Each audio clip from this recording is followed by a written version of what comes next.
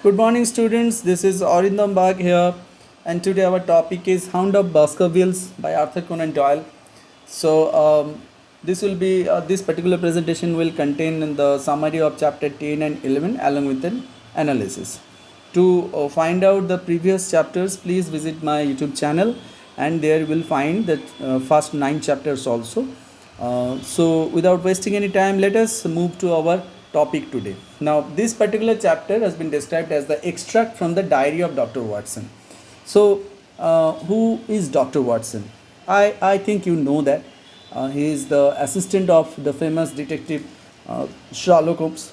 Now, Sherlock Holmes gave some responsibility on Dr. Watson. He was supposed to report everything, whatever he sees, no matter how petty or minor it is. He was supposed to report back to Detective Holmes, and apart from that, he is observing all the things and he is noting all the things for Detective Holmes. But apart from that, he is also trying to he is trying his best to find out the solution. He was also looking forward to find out the reason behind these mysteries. So, musing on the mysteries on the case, Watson dismisses the supernatural explanation, but admits that his common sense offers no obvious solution. Three questions were in his mind, and what is those questions? The first question was the hound, about the hound, where it was staying during the daytime. Second one is, who is the person who was living in the moor? And third is, who was the person who warned in London? So these are the things he was trying to get the answer.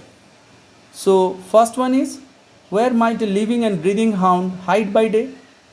Second is, who is the mysterious shadow out on the moor?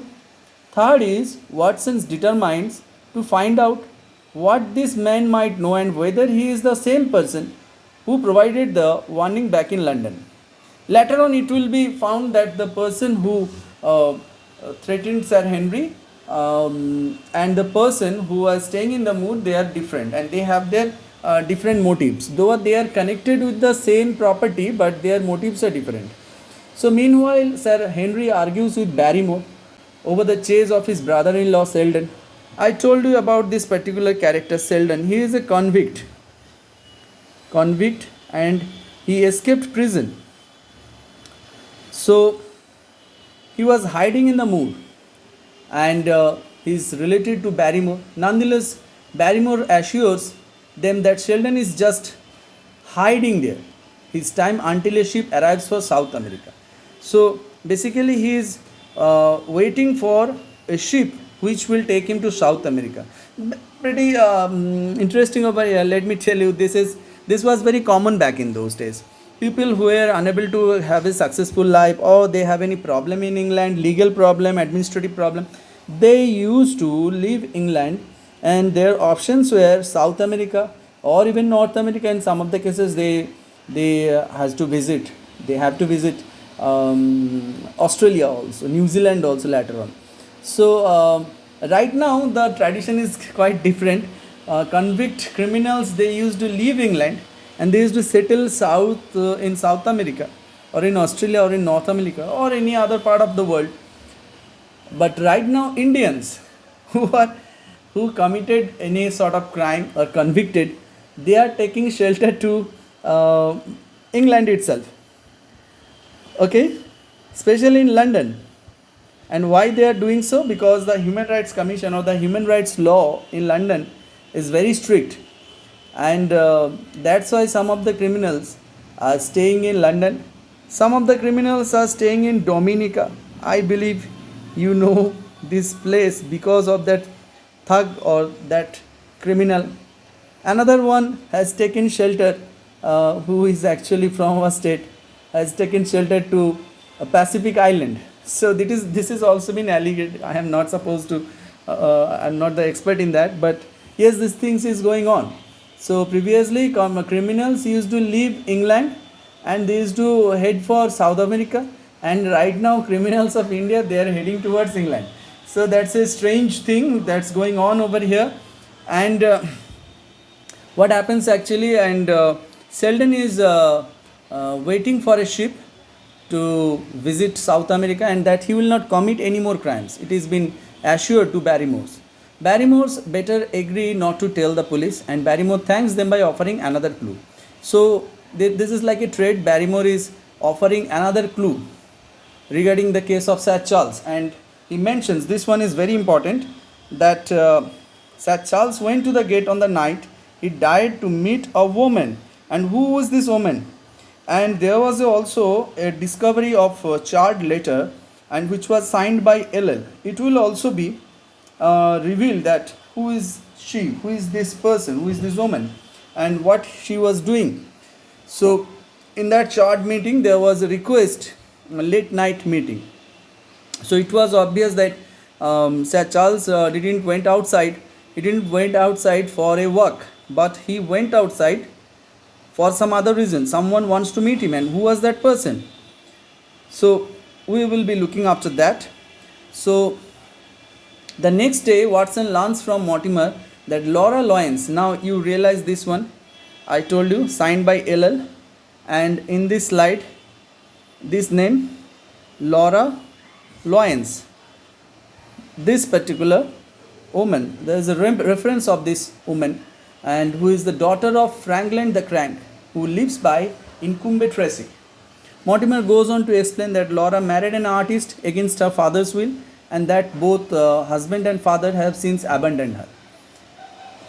It happens if you, in this case, the woman herself choose the artist against her father's will. That's why her father is unhappy with her, and later on her tragic life, she will have some problem with her husband also. In the meantime, Stapleton and Sir Charles have come to her aid by offering her arms. So a person like that she is in a dilemma. So she has nothing to do. She has nothing left in her, in her choice. So Stapleton and Sir Charles come to her aid. They provided some financial assistance. As for the Charlotte on the moor, Watson learns from Barrymore that Sheldon has seen him too. He appears to be a gentleman, and he lives in one of the Neolithic huts along the moor, getting his food from a young boy. And who is this young boy? Young boy will be described in the latter chapter, in chapter 11. So in this chapter, the title of this chapter is The Man on the Tor. So deciding that an informal visit might be the most productive, Watson leaves Sir Henry at home and heads for Coombe Tracey, definitely to meet Laura Loynes' apartment. So Watson meets the beautiful brunette and announces his interest in the matter of Sir Charles' death. Suspicious but finally cooperative, Laura admits that Sir Charles supported her financially. I told you earlier that she wrote to him once or twice. But when Watson presses the issue, she claims to have had very little to do with him personally, and that it was Stapleton who told him for a situation. So this particular character, Stapleton, has something to do with this thing, isn't it? So he was a kind of mediator between Sir Charles and Laura Loynes. So he's a kind of mediator. So Watson goes on to mention the burned letter, and Laura finally admits to having written it. The lateness of the hour and the strangeness of the location, she claims, resulted from her just having heard of Sir Charles' imminent departure, and her fear that a late night meeting might look bad. Is obviously a married woman. If she is seeing other gentlemen other than her husband, definitely things might go wrong. When Watson asks what happened that night, Laura claims to have missed the appointment, but she refuses to say why. So it has been clear she wasn't there, or rather she is claiming that I wasn't there while Sir Charles faced that hound. So all she will disclose is the letter's wanted an appeal for alms for Sir Charles. She was looking for some kind of financial assistance from Sir Charles to get her out of a bad marriage. Laura also adds that in the interim, she has gotten help from someone else. So that means apart from Sir Charles, she asked someone else. So frustrated, Watson takes his leave, wondering what Laura might be holding back. Meanwhile, the doctor determines to search for the mysterious stranger on the moor. Watson is particularly determined because he wants to show off his master, Holmes. On his way home, Watson bumps into Mr. Frankland and agrees to have a glass of wine with him. As Frankland prattles on about his various legal matters, Watson realizes that the man has unwittingly spotted the stranger on the moor. That means they were not the only person to see Selden. Someone else also seen that. Mr. Frankland also seen that, thinking him to be the escaped convict. The man Frankland saw had a young boy bringing him food, just as Barrymore described the stranger's setup. Watson prods Frankland for more information, and just then the man spots someone out on the moor and goes for his telescope. Sure enough, they see a young boy who is glancing behind him as if to make sure no one is watching. So Watson declines Frankland's offer for another drink and makes his way to where he saw the boy. Finding the stranger's heart, Watson decides to wait for his return. Examining the contents of the heart, the doctor discovers a note that says he has gone to Coombe Tracey, and he realizes that he is being followed. Finally, Watson hears footsteps outside and a sudden greeting. And who will be that person? I will come to that in chapter 12. So let us analyze these two chapters. This chapter further explores Watson's character and his desire to trump over Holmes. So he has a tendency to do that, to show Holmes, or rather to display before Holmes how smart he is. But that's not right.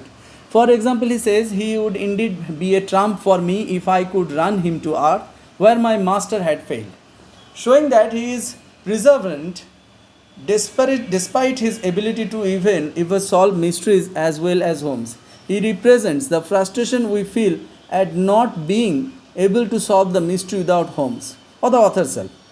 Watson tries to take on the mysterious stranger on the moor before Holmes finds him. The irony of the situation, of course, is that the stranger will turn out to be none other than Watson's master, through no fault of his own. Holmes will humiliate the well-meaning Watson. And the next thing is Watson stumbles onto Holmes with the help of Frankland. The story, cranky comic relief. In hindsight, the two men are interesting and ill-informed pair. They have seen something, but they have miscalculated it. Frankland convinced he has spotted the convict, and Watson is convinced that he really knows what is going on. In the end, we realize that neither of them are correct, and Holmes has outwitted them again. So this is going to happen again and again, and that's why this is interesting. That's why you need an expert, na? So at the end of this section, Doyle uses a classic suspense technique, the cliffhanger, regularly employed in virtually all genres. The cliffhanger comes from a tradition of serialization and is not exclusively a mystery story tactic. But when fiction was often printed in segments, little bits of the story published each week or month in periodical, the cliffhanger kept people coming back for more. The cliffhanger ensured that they would buy the next issue of the magazine. So this is also business, part of the business, also creating suspense so that the reader might be attracted towards the creation. That they would read the next installment, and sometimes that the whole of the story would later be bound and sold as a book. The Hound of Baskervilles was serialized in the Strand magazine before it was ever published as a whole. The notion of a serialized story reminds us that many of the most famous authors simply wrote because they needed to make money. That's the only reason why someone wants to be a writer. Yes, some people are definitely passionate about it. They are creative mind also. But some of them are looking for a profession, prosperous profession, and keep the story going by adding a cliffhanger at the end of every chapter. Similarly, Doyle only wrote Hound because of the public appeal for more Sherlock Holmes adventure and because Doyle was experiencing financial problems. I told you earlier about this. As a result, Hound is one of the longest Sherlock Holmes adventures he ever wrote. So that will be all for today. Thank you for watching this video. Please like, share and subscribe my channel. I'm only 10 people away from 200 subscribers. Please support my channel. Thank you.